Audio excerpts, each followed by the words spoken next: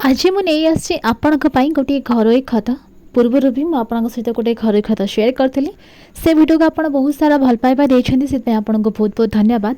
आज वीडियो में से भाव में घरोई किसी जिनसर व्यवहार करेंगे जोटा कि बहुत ही सहजरे प्रस्तुत करेंगे, बहुत ही सहजरे गछ को मंदा देपारे प्रस्तुत करने बेसी परिश्रम भी आपको करने को पड़ो ना। खूब कम दिन में बहुत सुंदर खत ये प्रस्तुत हो बहुत सारा विटामिन और मिनरल्स भरपूर अच्छे।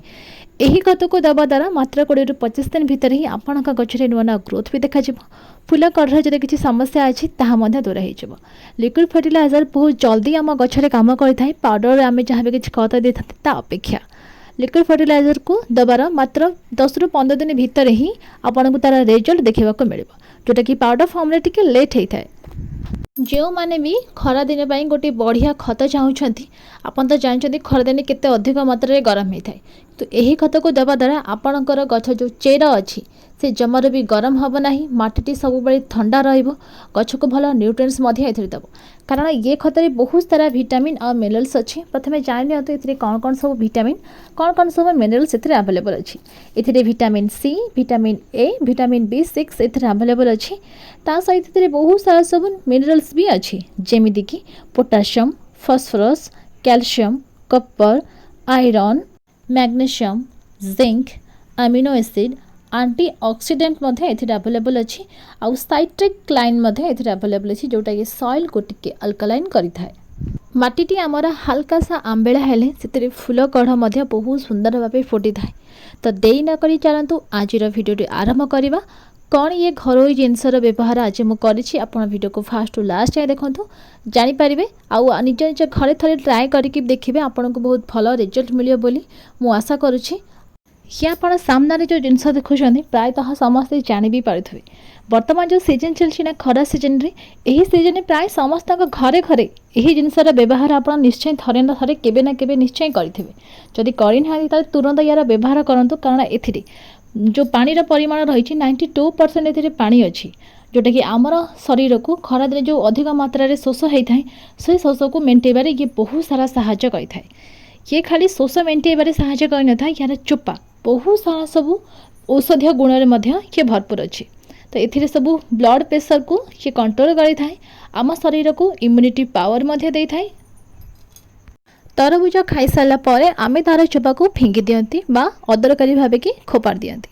तो थरे आपण एपरि भाव में व्यवहार करंतु देखिए आपण गछर ग्रोथ को भी से भल करिवो। ता सहित फूल कढ़ जहाँ भी किसी समस्या थी ताकू से दूर कर गछरे जदि ग्रोथ हो नथिबो सेथिरे मध्य से ग्रोथ करिवो कारण एथिरे नाइट्रोजन परिमाण अच्छी जोटा कि गछर भल ग्रोथ पाई मध्य जरूरी होता है।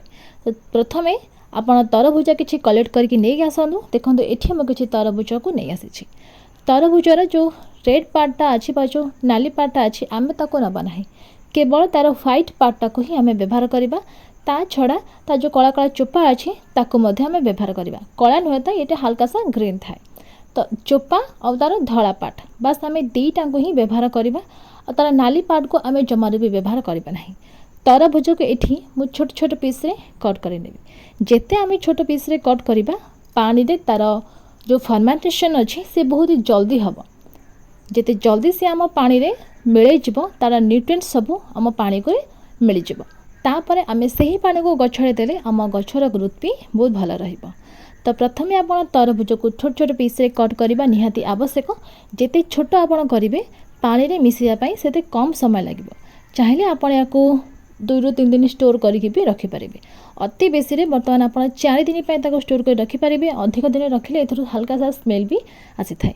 ये देखिपे तरबुज को मुझे बहुत ही छोट छोट जिते पारे से छोट पीस रे काटिया मुझे चेष्टा करुँची। आप चाहिए आहरी छोट करेंगे ना को ग्राइंडर रे बेसी पारे से बहुत जल्दी होता है। किंतु एमती कले आमको टिके टाइम लगे किंतु बहुत बढ़िया रिजल्ट मिल कारण जदि आम ग्राइंडर रे मिक्सिंग जार पेसी दियंती ताहले से गरम हबार चांस रहिबो। तो आम ताको गरम करिबार नहीं, आमको ठंडा जिनस दरकार कारण ये आम चेर को ठंडा प्रदान करिबो बा ठंडा दब से आम या एमती ही करवा बहुत ही बढ़िया रहिबो। इठी देखंतु जेते पारे सेते छोट पीस रे मो कट करने को चेष्टा करिछि। ये बहुत भल भाव में कटिंग भी हो जाइए। आपन चाहिले एमती भी कटिंग करि परिबे। तापर एथिरे आम अल्प किछि पानी पाखापाखि 1 ରୁ 1.5 लिटर पानी एथिरे आम ऐड करके किसी गोटे यहाँ कभर करके पाखापाखि 24 घंटा रु 48 घंटा पाखापाखि 2 दिन पर्यंत यहाँ आप कभर करके रखिदेवे। कौन से गोटे छाई जगह रखिए, खरारे बिल्कुल भी या रखिए ना। 2 दिन पर यार अपडेट किसी यहीपरी भाव में आप देखी नियंतु। आम जो साधा पानी ए बर्तमान तार कलर धीरे धीरे चेंज होगी हल्का सा व्हाइट टाइप रही जाइए। जो लिक्विड अच्छी सी भी बहुत ही बहलिया अच्छी। जो तरबुज चोपा को आम पूरा छोट छोट पीस कट करते सी भी धीरे धीरे करके पानी में मिल जाऊँगी। तो या मिलवाई टी टाइम लगे पाखापाखि 4 ରୁ 5 दिन ए टाइम नहीं था, कारण तरबुज जो चोपा अच्छे ना सी अधिक हार्ड होता है। तो आप मिक्सिंग जार भी या पेशी पारे, किंतु एमती कले यार नेचुरल प्रोसेसटा रही। तो ये देखो जो मु खत नहीं जो मु लिक्विड करी मात्र आधा ग्लास ए आड करी तरबुजर खत। बाकी जो आधा ग्लास रही नॉर्मल साधा पानी आड करें, कारण ये जो घर जिनस आम जहाँ भी किसी प्रस्तुत करुँच जहाँ भी किसी खत ताको हल्का सा आम डाइल्यूट करके दबा बहुत ही बढ़िया हम। आम रिस्क ये नवा ना, कारण बर्तमान फंगस लगे चांस नहीं, कारण पाग बहुत ही बढ़िया अच्छे गरम अच्छे यही टाइम फंगस लगे। तो आप चाहिए दे पारे, किंतु आगुरी आम सावधानता अवलंबन करवा बहुत ही बढ़िया हम, कारण गछ बहुत ही सेंसिटिव होता है। आम ताको ठीक से केयर कले से भल भाव फर्टिलाइजर देले गछ ग्रहण करें सत, किंतु जदि आम टिके 19-20 कर दियंते ताले गछ आमर स्ट्रेस को पड़ाई थाए। खत आप जिते बड़े भी व्यवहार करेंगे अल्प अल्प कर व्यवहार करेंगे, जहाँद्वारा कि गछ को ग्रहण करने से टाइम मिलूँ।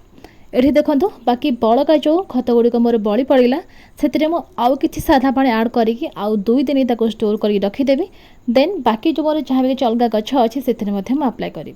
आज जो मुझे तरल खत आप सहित शेयर कली, यही खत को आपणकर flowering plant uh fruiting plant A देवे। इंडोर प्लांट रे आपको देवे ना, कारण इंडोर प्लांट बहुत ही सेंसिटिव होता है जो फ्लावरिंग प्लांट ठारू भी।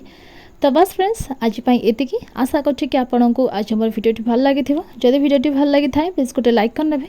जदि चैनल को नुआ देखुछे ताले सब्सक्राइब करे को जमार भूलिबे नहीं। तो फोन देखा आ गोटे नुआ वीडियो किछि नुआ टॉपिक नेकी सती पर्यंत bye. Happy gardening and take care. आज आपन सहित जो फर्टिलाइजर शेयर कली ताकू निज निज गार्डनिंग रे थरे ट्राई करंतु आ कमेंट करके मते निश्चित जणाइबे।